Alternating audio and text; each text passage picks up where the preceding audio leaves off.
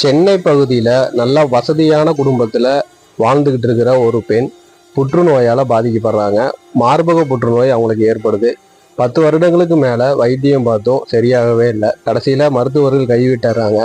ஓரிரு மாதத்தில் இறந்துருவீங்க அப்படின்னு சொல்லிடுறாங்க. அந்த பெண் ரொம்ப மனசு உடஞ்சி போய் வேதனையில் இருக்காங்க. அப்போ தான் ஐயாவை பற்றி கேள்விப்படுறாங்க. சரி, நம்ம தான் இறக்க போகிறோம், ஒரு தடவை ஐயாவை பார்த்துட்டு வந்துடுவோம், அதுக்கப்புறம் நடக்கிறது நடக்கட்டும் அப்படின்னு மனசில் நினச்சிக்கிட்டு ஐயாவை தேடி பழனி மலைக்கு வராங்க. ஆரம்ப காலங்களில் ஐயா இடும்பன் மலை பகுதியில் தான் இருந்திருக்காங்க. இந்த சம்பவம் நடக்கிறது 2000க்கு முன்ன. அப்போ ஐயா இடும்பன் மலையில் அந்த சாலை ஓரமாக நடந்து வந்துட்டு இருக்கிறாங்க. நல்லா வசதியான காரில் ஆடம்பரமாக வாழ்ந்துகிட்டு இருந்த அந்த பெண் இறங்குறாங்க. இறங்கி ஐயா முன்னாடி நின்று எதுவுமே சொல்லாமல் மௌனமாக மண்டிட்டு அழுகுறாங்க. ஐயா சிறிது நேரம் அந்த பெண்ணை பார்க்குறாரு. பார்த்துட்டு, மருத்துவர்கள் கைவிட்டுட்டாங்கன்னு இங்கே வந்திருக்க, நான் என்ன டாக்டரா அப்படின்னு சொல்லி சிரிக்கிறாரு. சிரிச்சுட்டு ஐயா பக்கத்தில் இருந்த ஒரு சாக்கடையை காட்டி அதை சுத்தம் பண்ணு, இதில் இருக்கிற உள்ளே இருக்கிற குப்பைகளை தூக்கி வெளியில் போடு அப்படின்னு சொல்லிட்டு அவர் நடந்து போய் ஆரம்பிச்சிட்டாரு. இந்த பெண்ணுக்கு என்ன பண்ணுறதுன்னு தெரில. ஐயா அப்படி சொல்லிட்டு அவர் வாட்டுக்கு போயிட்டாரு.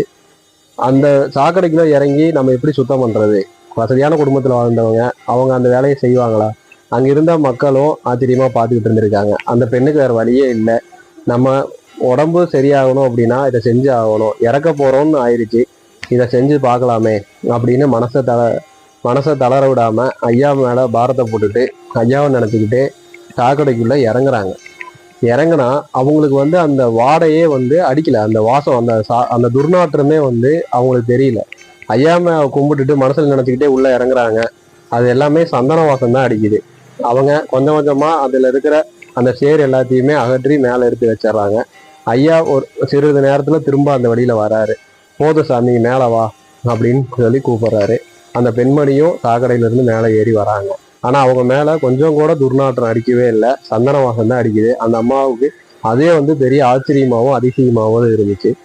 அந்த பெண் கண்கலங்கி நிற்கிறாங்க. ஐயா, புயலை வாங்கிட்டு வந்தியா அப்படின்னு கேட்குறாரு. வாங்கிட்டு வந்திருக்கேன் சாமி அப்படின்னு சொல்கிறாங்க. அதை கொடு அப்படின்னு வாங்குறாரு.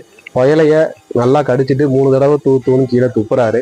துப்பிட்டு, போ சாமி அவ்வளோதான் அப்படின்ட்டு அவர் திரும்ப நடந்து போக ஆரம்பிச்சிட்டாரு. இந்த அம்மாவுக்கு ஒன்றுமே புரியல. சரி, ஐயா சொல்லியிருக்காரு, போக சொல்லிட்டாரு, அவ்வளோதான். என்ன திரும்ப போனால் ஐயா திட்டிடுவாங்க. ஐயா சொன்னதை பண்ணணும், அப்படி பண்ணலை அப்படின்னா அவங்க திட்டிடுவாங்க. அதனால அந்த பெண், சரி பார்த்துட்டோம், ஐயா சொன்ன வேலையை செஞ்சுட்டோம், நான் நடக்கிறது நடக்கட்டும் அப்படின்ட்டு திரும்ப கிளம்பி போயிடுறாங்க. 1 மாதம் கழித்து திரும்ப மருத்துவத்துக்கு செக்கப் போகிறாங்க. அப்போ மருத்துவர்கள் எல்லாருமே ஆச்சரியப்படுறாங்க. ரிப்போர்ட்டில் கேன்சர் அப்படிங்கிற ஒன்றே இல்லை, எப்படி இது நடந்துச்சு அப்படின்னு சொல்லி ஆச்சரியப்படுறாங்க. அப்போ தான் அந்த பெண்மணிக்கு தெரிஞ்சிருக்கு, சாக்கடையை சுத்தம் பண்ண சொன்னது அவங்க உடம்புல இருக்கிற நோயை தான் ஐயா அந்த வழியில் குணப்படுத்தி இருக்காங்க. அவங்களோட கர்மாவை ஐயா சாக்கடையை சுத்தம் பண்ணுறது மூலியமா வாங்கிக்கிட்டாரு அப்படிங்கிறத அந்த பெண்மணி உணர்றாங்க. ஐயா இருந்த காலங்களில் நிறைய தடவை ஐயாவை அந்த பெண்மணி பார்த்துட்டு ஐயா ஆசீர்வாதம் வாங்கிட்டு போயிருக்காங்க. 20 வருடங்களுக்கு மேலே நல்ல ஆரோக்கியத்தோட வாழ்ந்துட்டு இருந்திருக்காங்க. ஐயாவை அடிக்கடி பார்த்துட்டும் போயிருக்காங்க. இது மாதிரி பல பக்தர்கள் ஐயாவை பார்த்து பலன் அடைஞ்சிருக்காங்க. ஐயா சொல்ற வேலை எதுவா இருந்தாலும் தயங்காம பண்ணணும் அப்படின்னா நம்ம அந்த பிரச்சனையில இருந்து ஐயா காப்பாத்திடுவாங்க. அவங்க கர்மாவை பொறுத்து தான் வேலைகள் ஐயா சொல்லுவாரு. ஒரு சிலருக்கு வேலைகள் எதுவுமே சொல்லாம சாப்பாடு வாங்கி கொடுத்து பக்கத்துல உட்கார வச்சு பேசிட்டு இருந்துட்டு அனுப்பிச்சிருக்காங்க. அது அவங்க பாவம் புண்ணியத்தை பொறுத்தது. ஐயாவுக்கு யாருக்கு எந்த இடத்துல எந்த வேலை கொடுக்கணும் அப்படிங்கிறது தெரியும்.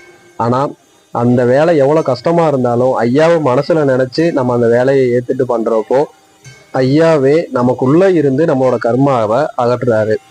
சாக்கடையை சுத்தம் பண்ணாம அந்த பெண்மணி போயிருந்தாங்க அப்படின்னா அவங்களோட கேன்சர் நோய் குணமாயிருக்காது. வசதியான குடும்பத்துல பிறந்திருந்தாலும் தான் உயிரை காப்பாற்றணும் அப்படிங்கிற பட்சத்துல அவங்க ஐயா சொன்ன வார்த்தையை நம்பி அந்த சாக்கடையை சுத்தம் பண்ணாங்க. அதனால பயனடைஞ்சாங்க.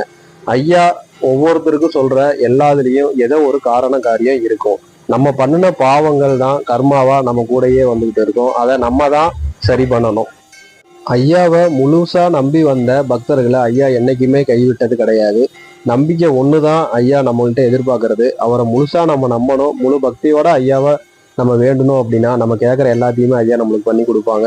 நம்மளோட வேண்டுதல்கள் நியாயமாகவும் நேர்மையாகவும் இருக்கும் பட்சத்தில் எவ்வளோ சீக்கிரம் நடக்குமோ அவ்வளோ சீக்கிரம் அந்த வேண்டுதலை ஐயா நிறைவேற்றி கொடுப்பாங்க. ஐயாவோட மகிமையில தெரிஞ்சுக்கணும் அப்படின்னா அந்த சேனலை சப்ஸ்கிரைப் பண்ணிக்கோங்க. அடுத்தடுத்த வீடியோவில் இன்னும் நிறைய பதிவுகள் ஐயாவை பற்றி தெரிஞ்சுக்கலாம். அடுத்த ஒரு பதிவில் ஐயா இதய நோயை குணப்படுத்தினது எப்படி அப்படிங்கிற பதிவை பார்க்கலாம். சத்குருவே சரணம், சத்குருவே சரணம். கனகன்பட்டி பழனிசாமி சாமிகள் திருவடிகள் சரணம்.